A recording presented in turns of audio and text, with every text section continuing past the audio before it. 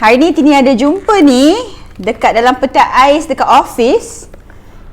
Okey, makanan darurat. Makanan darurat untuk kekunci dan rakit penolong. Sempena dengan bulan Merdeka, Hari Kebangsaan ini, saya nak rasa lah. Wow, okey.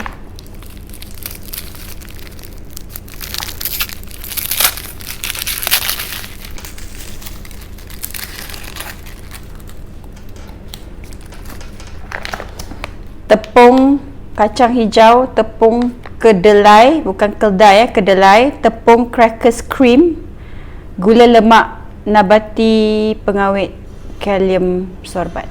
Bismillahirrahmanirrahim.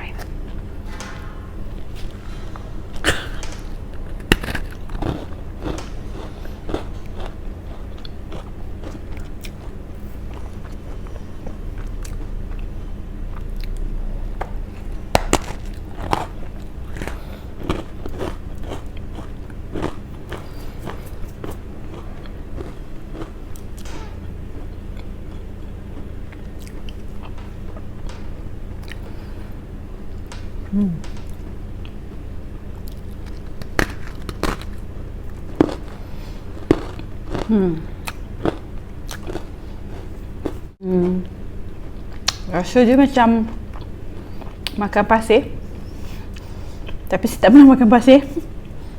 Gannya rasa pasir. Rasa kacang tu ada. Kalau lapar mungkin okey, tak habis.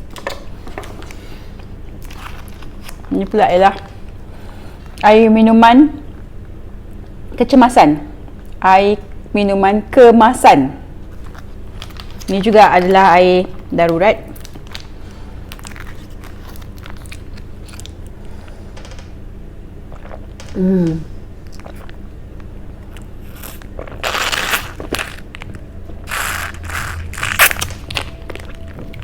Air dia okey.